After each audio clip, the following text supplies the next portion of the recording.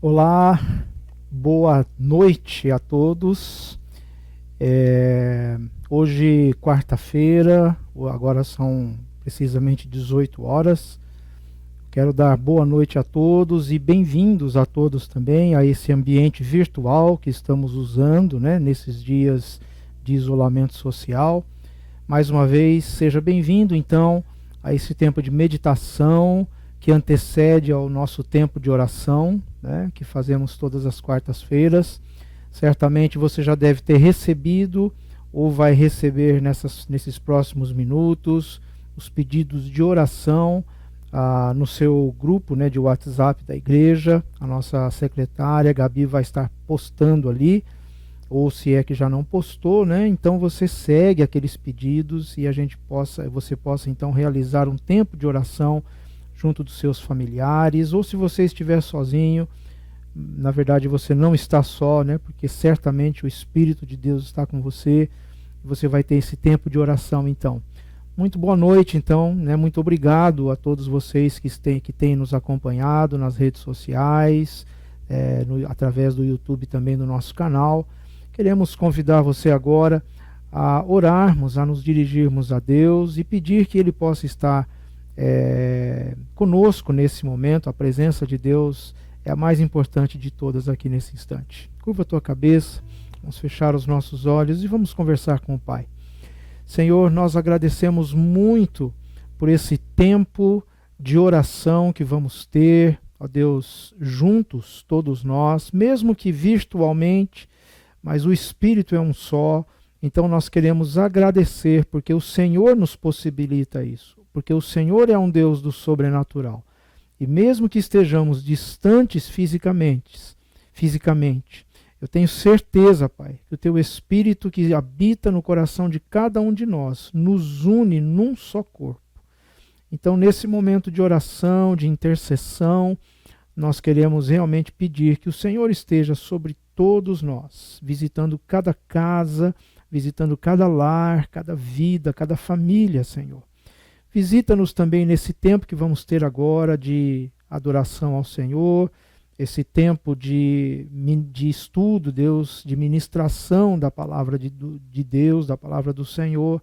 Que o Senhor esteja, Pai, então, sobre nós nesse tempo. Muito obrigado, Pai, por mais essa oportunidade. Oramos no nome de Jesus. Amém. Queria começar adorando o Senhor nesse tempo. E esse cântico é um cântico que todos vocês devem conhecer, um cântico cuja letra diz: em espírito e em verdade te adoramos, te adoramos. A palavra de Deus diz que Deus está à procura daqueles que o adoram em espírito e em verdade. Então que seja em espírito e em verdade, que você levante a sua adoração ao Senhor agora, cante junto comigo e que possamos então louvar ao Senhor.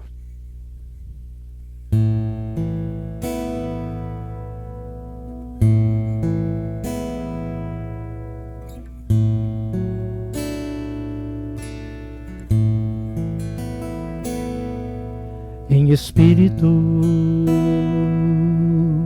em verdade, te adoramos, te adoramos. Em espírito, em verdade, te adoramos, te adoramos. Rei dos reis e Senhor, te entregamos nosso viver.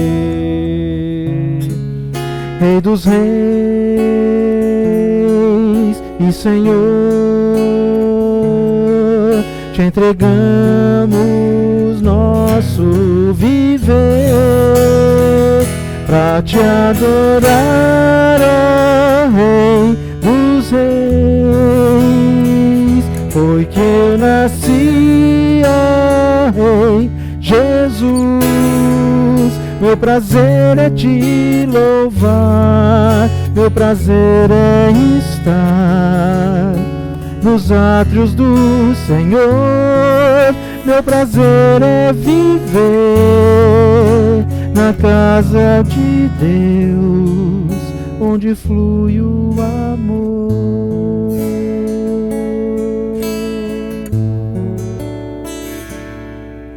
Em espírito, em verdade, te adoramos, te adoramos. Em espírito, em verdade, te adoramos, te adoramos. Rei dos reis e Senhor, te entregamos nosso viver. Rei dos reis e Senhor, te entregamos nosso viver. Por Rei Jesus, porque eu nasci, Rei Jesus. Meu prazer é te louvar, meu prazer é estar nos atos do Senhor. Meu prazer é viver na casa de Deus, onde flui o amor.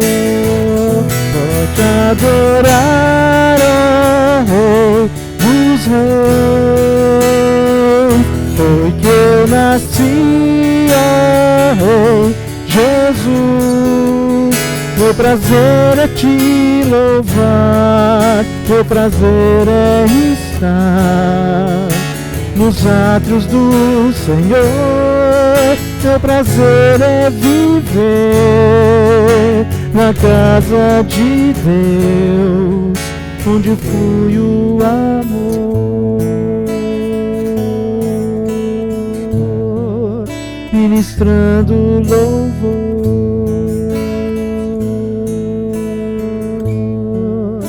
onde flui o amor.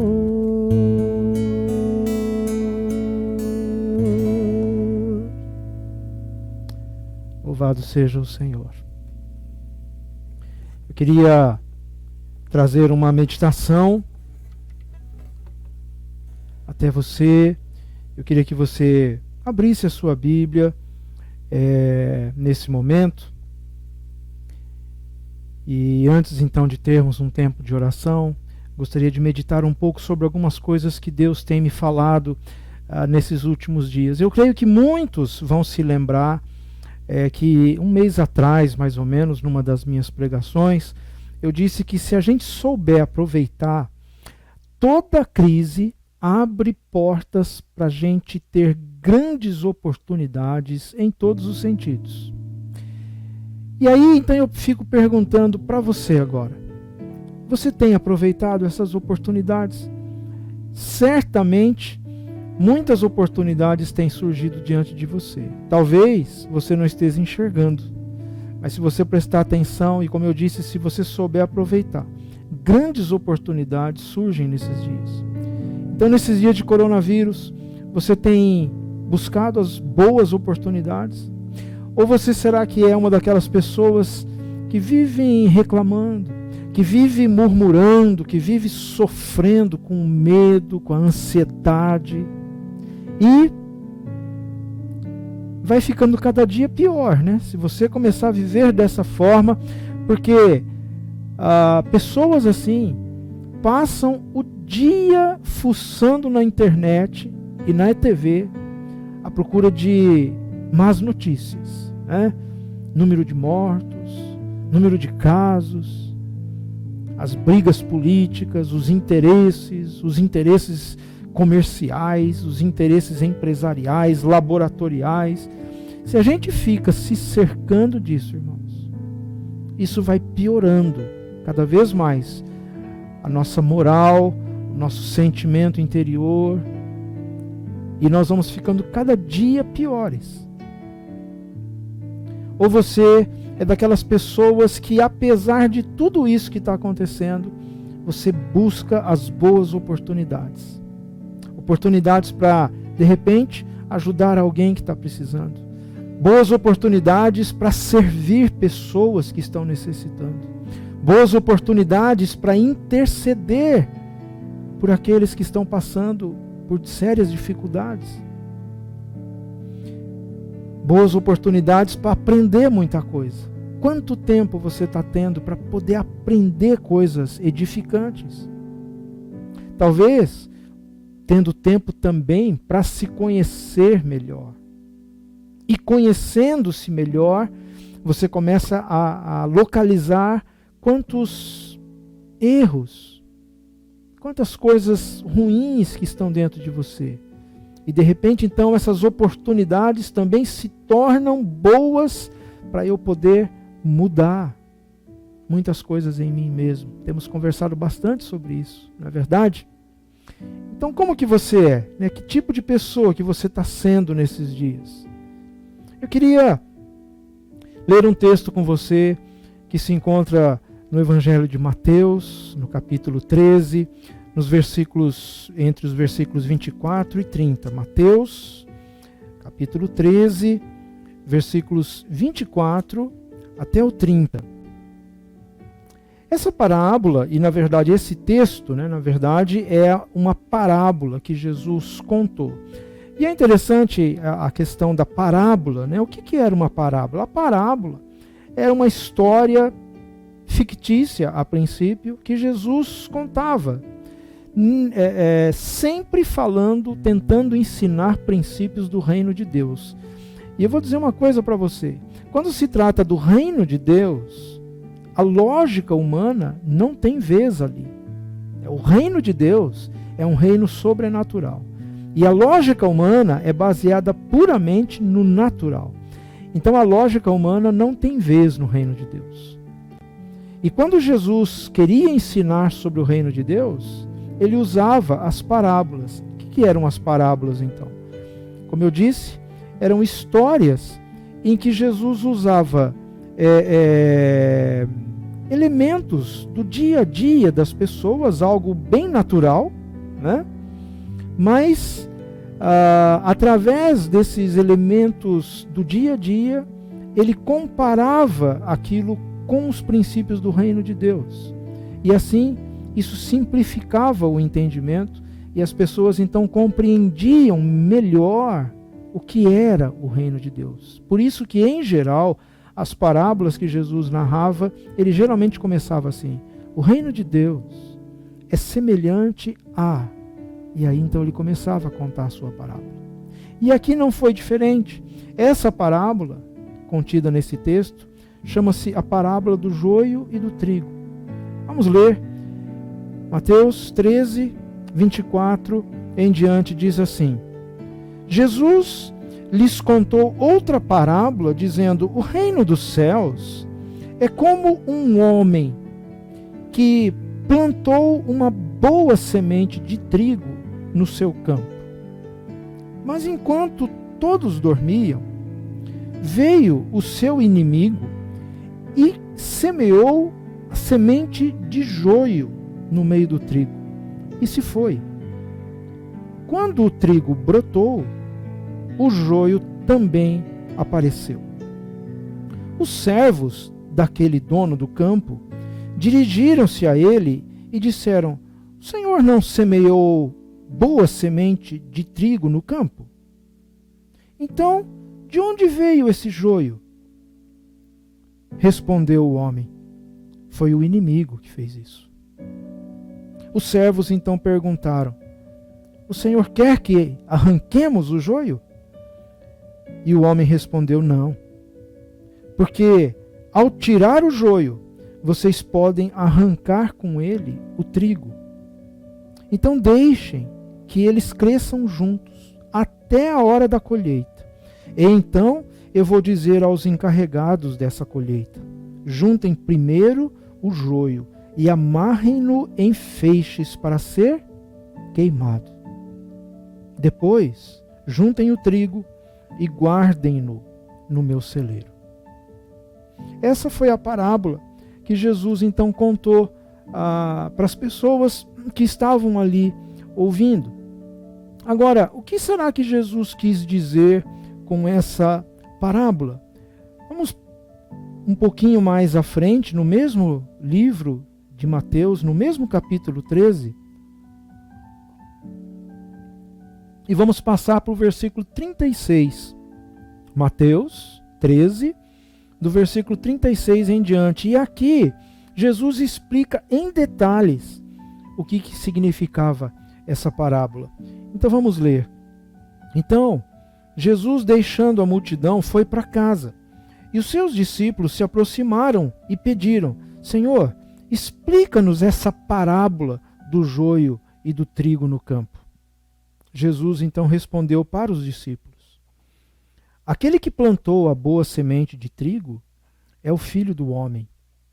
Quando você vê na Bíblia Filho do Homem com letras maiúsculas, significa que essa pessoa é o próprio Jesus, tá? Então, quando ele diz, aquele que plantou a boa semente do trigo é o Filho do Homem, ele está se referindo a ele mesmo. Ele está se referindo ao Senhor Jesus, mas ele está se referindo também ao próprio Deus, porque ele era Deus. Continuando. O campo de plantio é o mundo, e a boa semente do trigo são os filhos do reino dos céus. O joio são os filhos do maligno. E o inimigo que plantou o joio é o diabo. A colheita é o fim de tudo. É o fim desse tempo. E os encarregados da colheita são os anjos. Assim como o joio é colhido e queimado no fogo, assim também acontecerá no final dos tempos.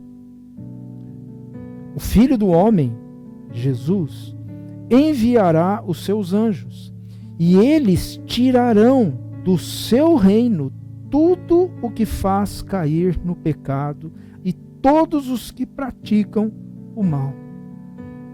Eles os lançarão na fornalha ardente, onde haverá choro e ranger de dentes. E então os justos brilharão como o sol no reino do seu Pai. Aquele que tem ouvidos para ouvir, ouça. Jesus então ele começa a explicar em detalhes essa parábola do joio e do trigo. Então, em primeiro lugar, revendo rapidamente, aquele homem agricultor que plantou é o próprio Deus, porque Deus é Pai, é Filho e é Espírito Santo. Então, o homem que plantou o trigo é Deus. Segundo lugar, o campo onde foi plantado o trigo é o mundo, é esse mundo que a gente vive, esse mundo que hoje está paralisado pelo coronavírus. Esse é o campo que Jesus se refere. Terceiro, as boas sementes de trigo que o homem plantou são todas aquelas pessoas que estão dando ouvidos ao Evangelho de Cristo. E dando ouvidos, têm aceitado e acolhido esse Evangelho no seu coração. De forma que Jesus está habitando no coração dessas pessoas. Então essas pessoas passam a ser movidas no mundo, mas pelos valores do reino de Deus. Se tornam obedientes aos mandamentos de Deus. Se tornam submissos à vontade de Deus e somente a ela.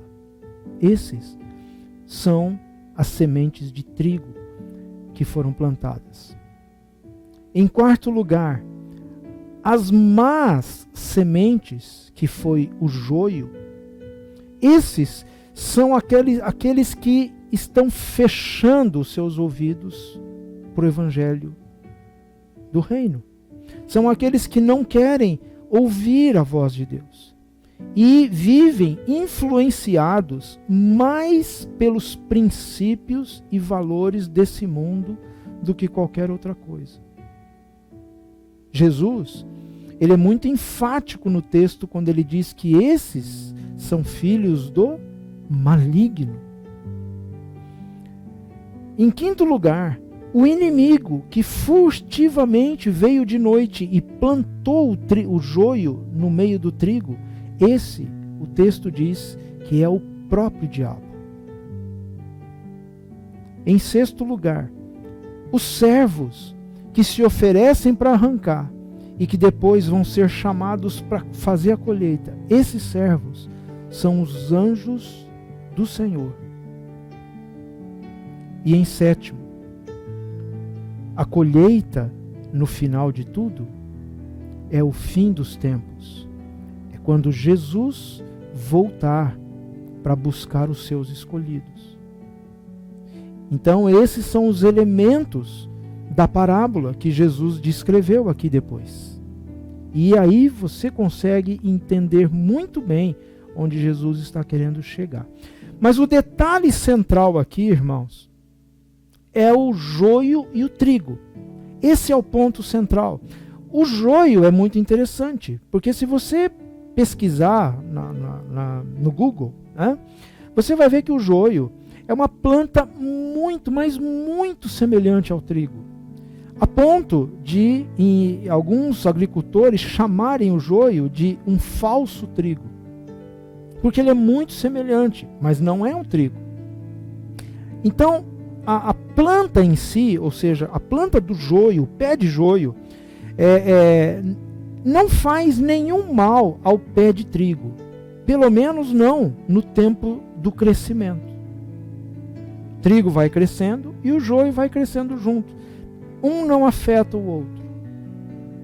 Tanto que, quando você lê no versículo 30, no capítulo 13, no versículo 30, diz que o Senhor preferiu que os dois continuassem crescendo juntos, porque o joio não iria prejudicar o trigo, não diretamente.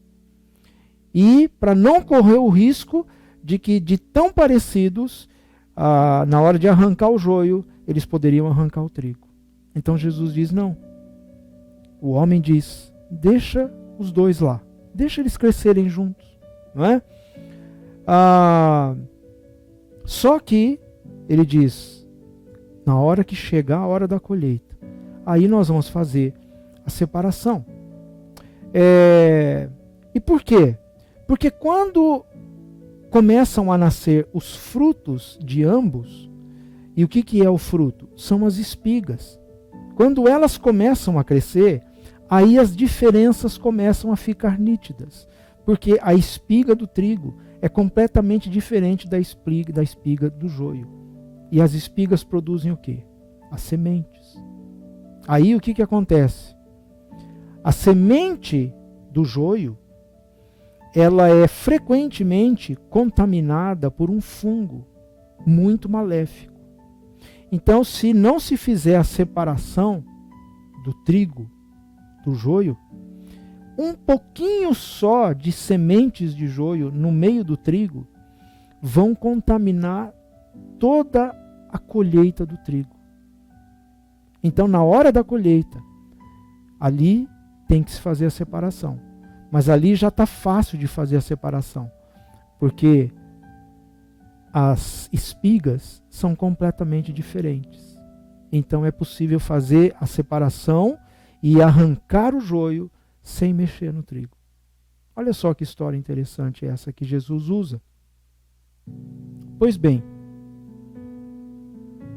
à medida que os dias do isolamento avançam, algo vai me chamando muito a atenção, sabe? Porque a palavra de Deus, ela nos dá uma série de instruções e na verdade, mandamentos sobre como nós devemos pensar e como que nós devemos agir e como que nós devemos decidir em qualquer situação. Vamos ler alguns textos agora? Eu queria que você me acompanhasse, se possível, aí mesmo no livro de Mateus, por exemplo, no capítulo 6, né, voltando um pouquinho, você está no 13. Então vamos abrir lá em Mateus capítulo 6. Olha só o que diz em Mateus 6, versículos 31 ao 34. Mateus 6, versículos 31 ao 34. Jesus diz aqui: portanto, não se preocupem, dizendo o que nós vamos comer, o que nós vamos beber, o que nós vamos vestir. Eu vou repetir esse texto para você. Jesus diz: portanto, não se preocupem, dizendo o tempo todo, 2 pontos, o que nós vamos comer, o que nós vamos beber, o que nós vamos vestir. Jesus continua e diz assim: porque são os pagãos. E o que são os pagãos? Aqueles que não creem em nada, que não têm fé. São esses que vivem correndo atrás dessas coisas.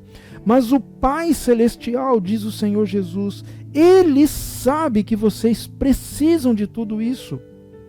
Então, busquem em primeiro lugar o reino de Deus e a justiça de Deus, e todas essas coisas vão ser acrescentadas na sua vida.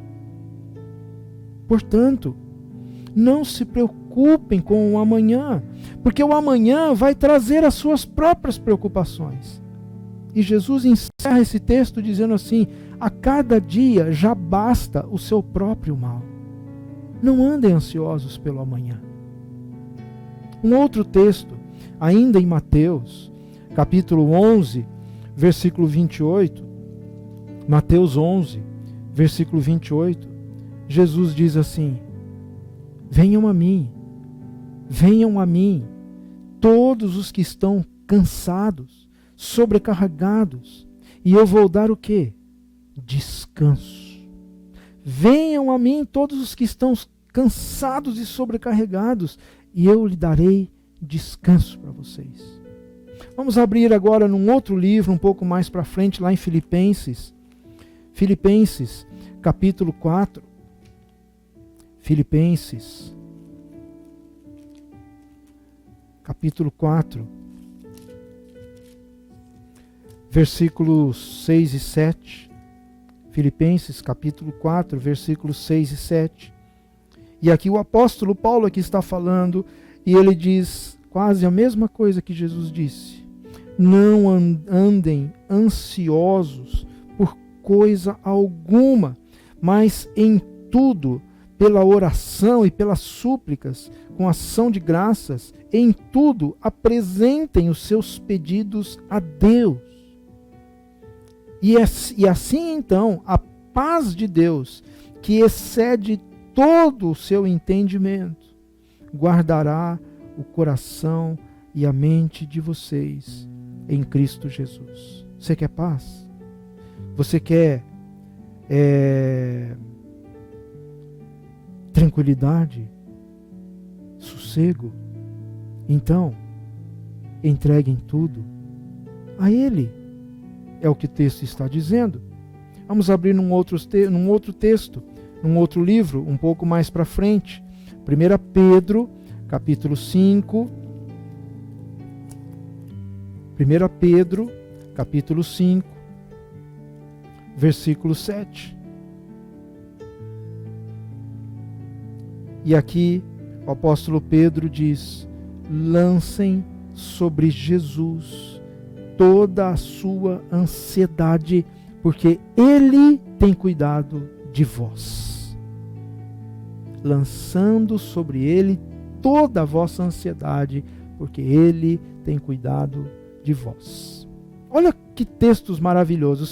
Se eu ficar aqui abrindo a Bíblia em textos semelhantes, nós vamos ficar a noite inteira e não vai parar, né? Vamos ficar dias aqui, porque a Bíblia é recheada de textos como esses. Agora, em dias anteriores a essa pandemia toda, eu vou dizer que era até relativamente fácil para os cristãos dizerem que praticavam tudo isso aqui. Era relativamente fácil lidar com textos como esse aqui. Porque havia emprego, havia salários, havia vendas abundantes ou pelo menos suficientes no comércio em geral. Havia liberdade de ir, de vir, havia escolas, havia lazer, havia passeio, havia parque. Sempre houve, né? E sempre haverá pessoas que ficam reclamando de tudo. Mas a verdade é que antes dessa pandemia, a gente não tinha muitos motivos para reclamar, não. Pensa bem, quantas coisas que Deus nos dava, quantas coisas que nós tínhamos à mão. Mas agora, a gente está vivendo um outro tempo. Agora a gente está vivendo outros dias. Esse tempo de dificuldade certamente vai passar, né? Vai passar. Só que de tão excepcional que está sendo, vai deixar suas marcas para sempre. Marcas nos costumes, nos comportamentos, nos relacionamentos. Eu penso que provavelmente nós nunca mais voltaremos a ser os mesmos depois disso tudo.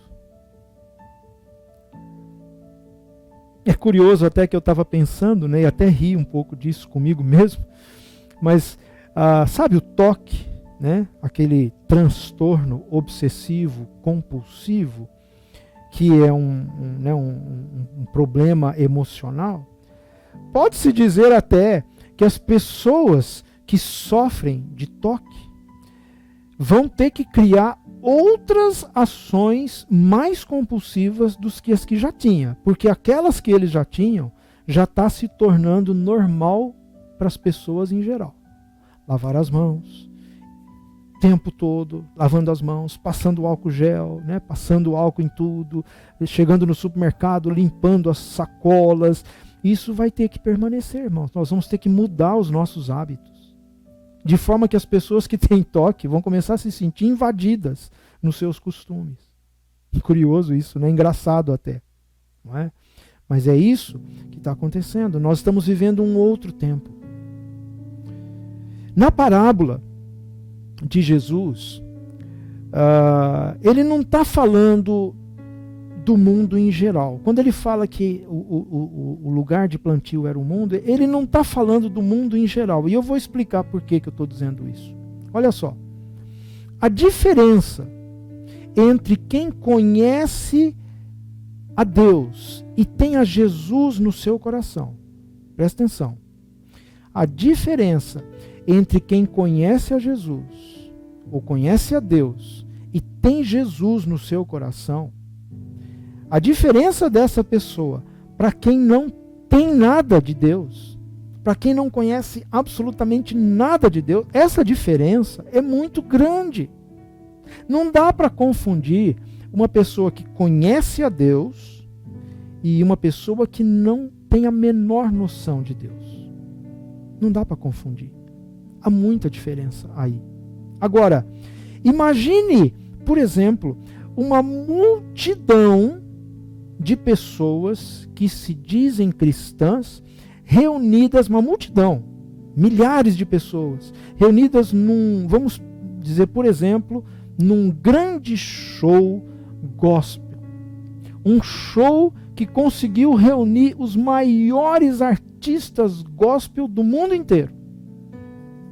E então há uma multidão de milhares de pessoas assistindo aquele show. Quantos ali estão realmente adorando a Deus de verdade e somente a Ele? E quantos ali estão ali unicamente por idolatria, estão ali unicamente pelo oba-oba do evento? Quantos? Não dá para saber. Ali não dá para saber.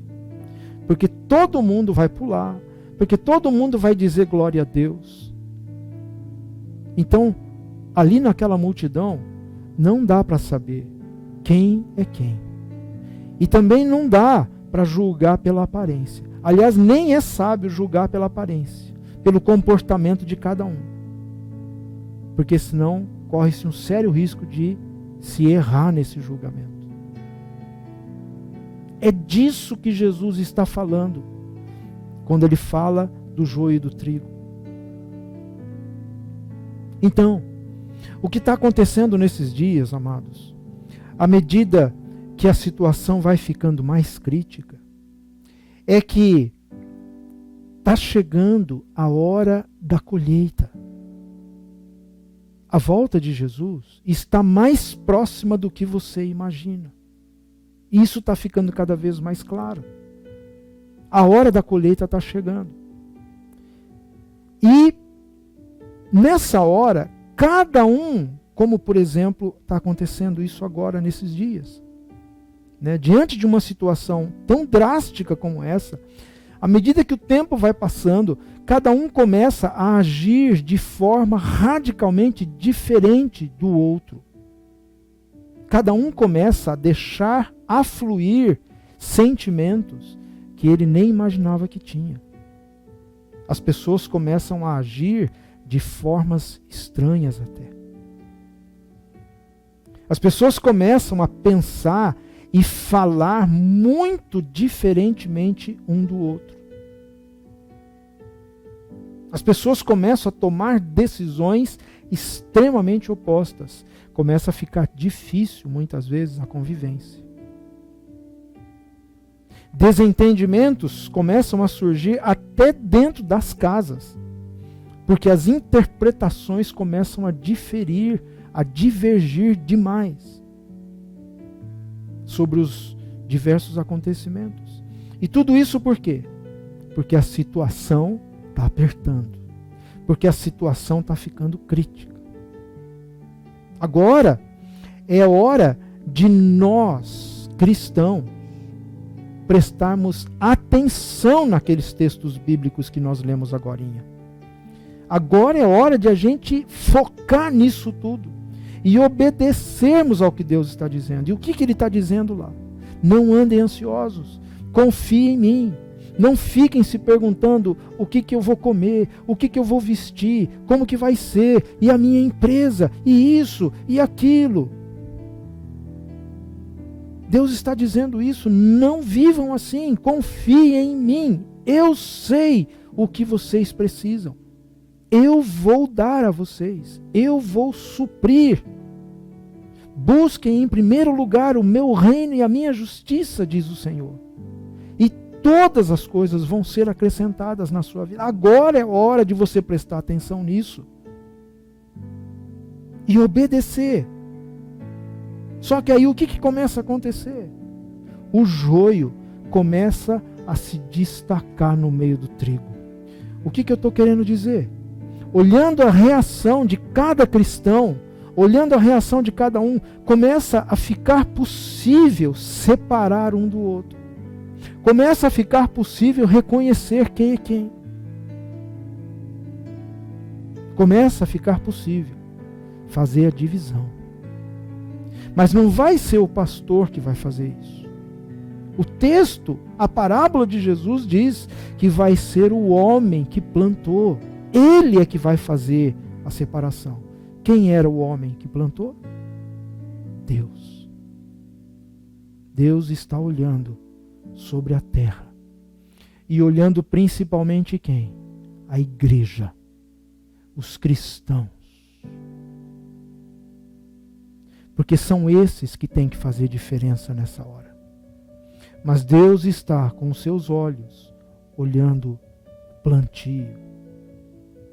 Ele quer saber quem é joio e quem é trigo. Quem obedece e quem não obedece. Está chegando a hora da colheita. Deus é o agricultor.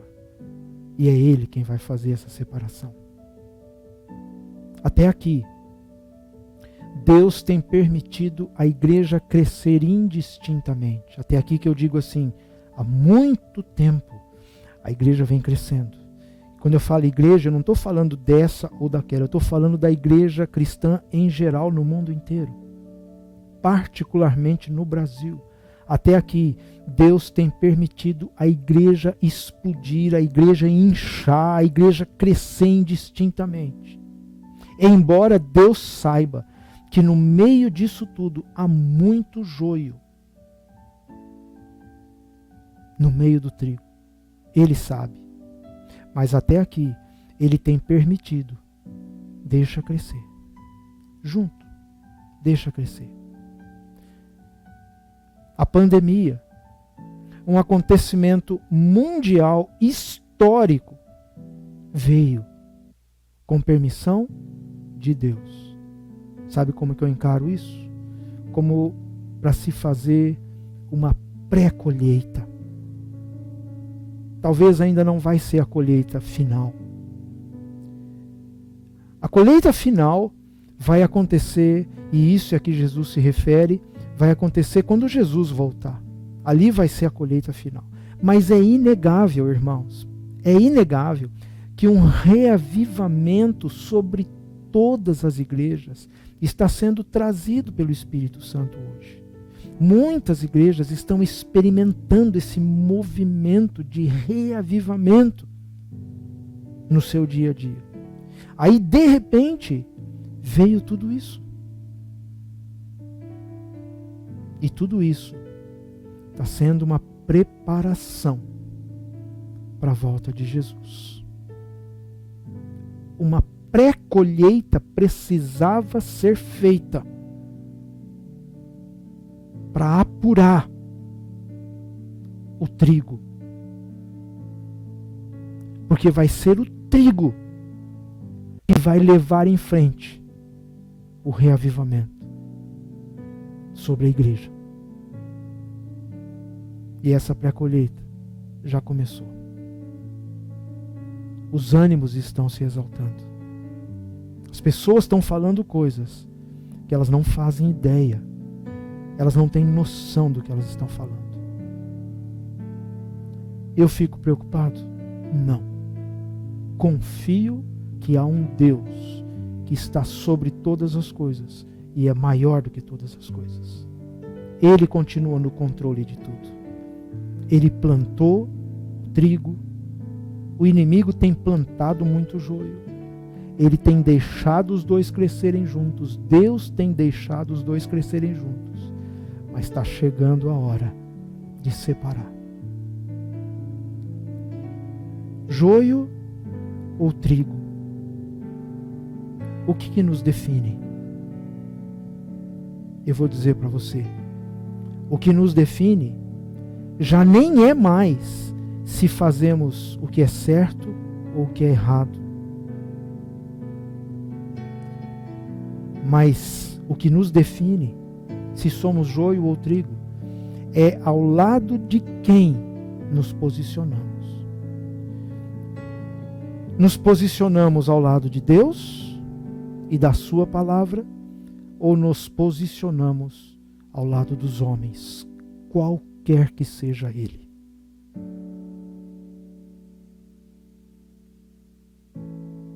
Eu me posiciono com Deus ou me posiciono com os homens? Independentemente de inclinação política e etc, etc, etc.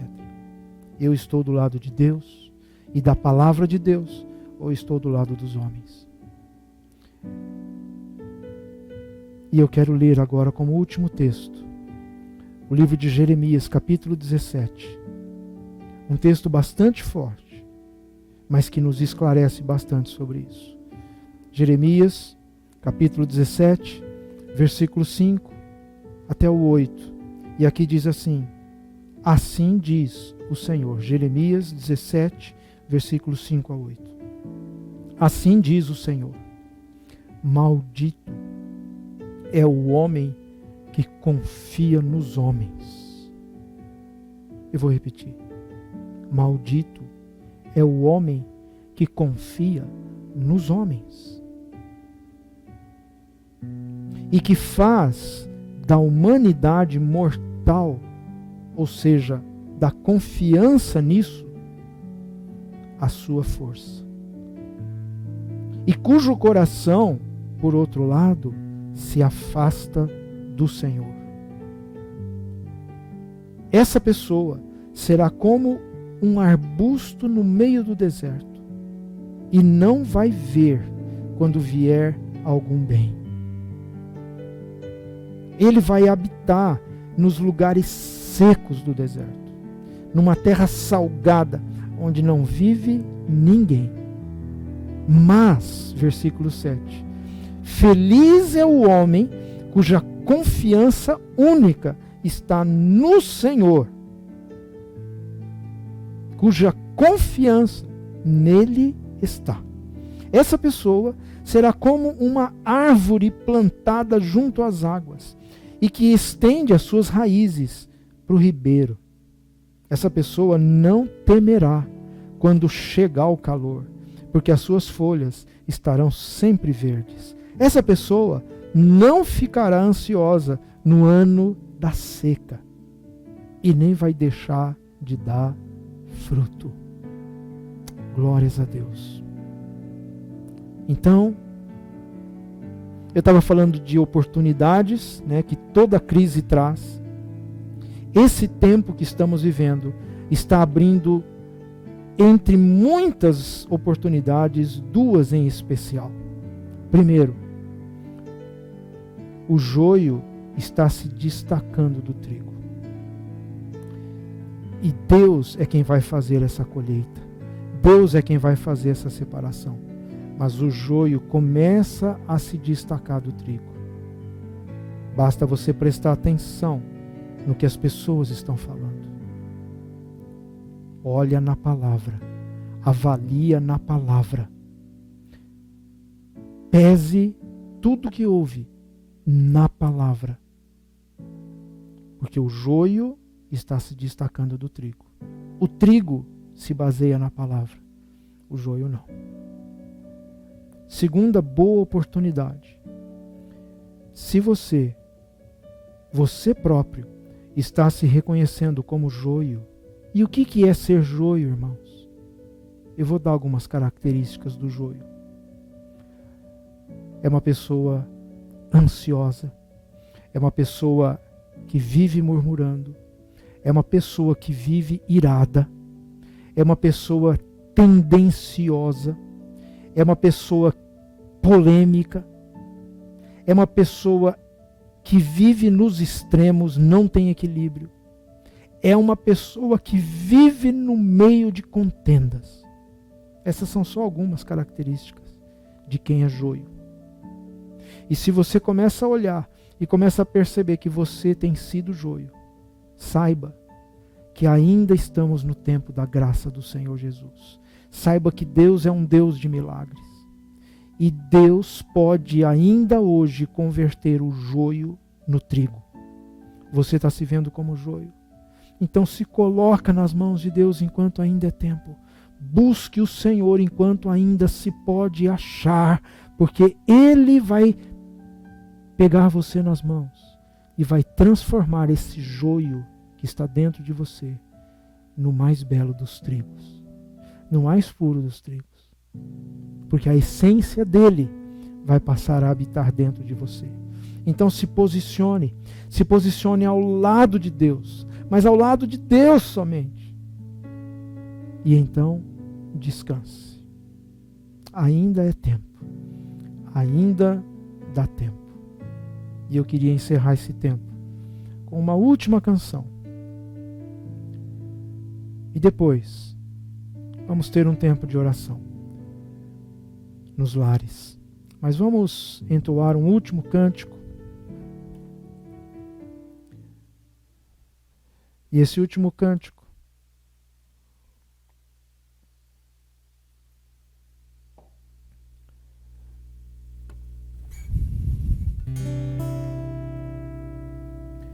é um cântico que fala da vitória. Que você, como trigo, possa experimentar a verdadeira vitória em Jesus. Você possa ser um vencedor. E essa vitória, não para o seu próprio benefício. Uma vitória que vai fazer com que a sua vida seja bênção sobre muitas outras vidas. Em nome de Jesus.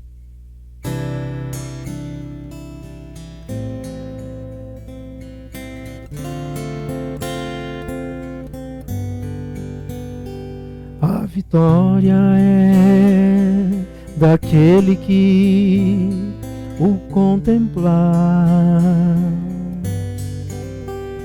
ao Cordeiro Cristo, leão da tribo de Judá, que foi morto e com seu sangue pôde então comprar homens que com ele sobre a terra vão reinar. A vitória é daquele que o adorar, pois com ele no seu trono se assentará. Se a Jesus seguir e for por onde ele andar, no seu monte santo um novo canto entoará. A vitória do Senhor é certa, aleluia. Com o sopro de sua boca sim destruirá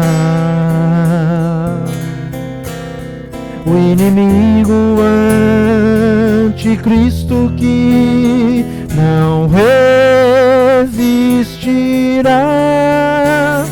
Jesus Cristo Rei dominará.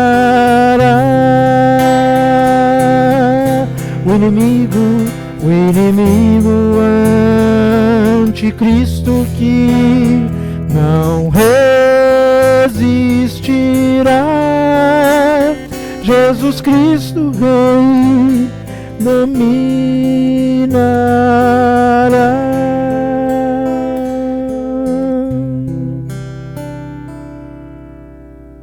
Curva a tua cabeça e fecha os teus olhos e vamos encerrar com uma oração. Santo Deus, muito obrigado pela tua palavra. Obrigado, Deus, pela liberdade que temos de louvar ao Senhor. Obrigado, Deus, por essas composições inspiradas pelo teu Espírito Santo. Mas principalmente obrigado pela tua presença. Obrigado, Deus, pela tua misericórdia e pelo teu amor que nos sustenta, pela tua graça, Deus, que nos conduz e nos mantém em segurança. Senhor, continua visitando cada lar agora, Senhor, no seu tempo de meditação, no seu tempo de comunhão, no seu tempo de oração em conjunto.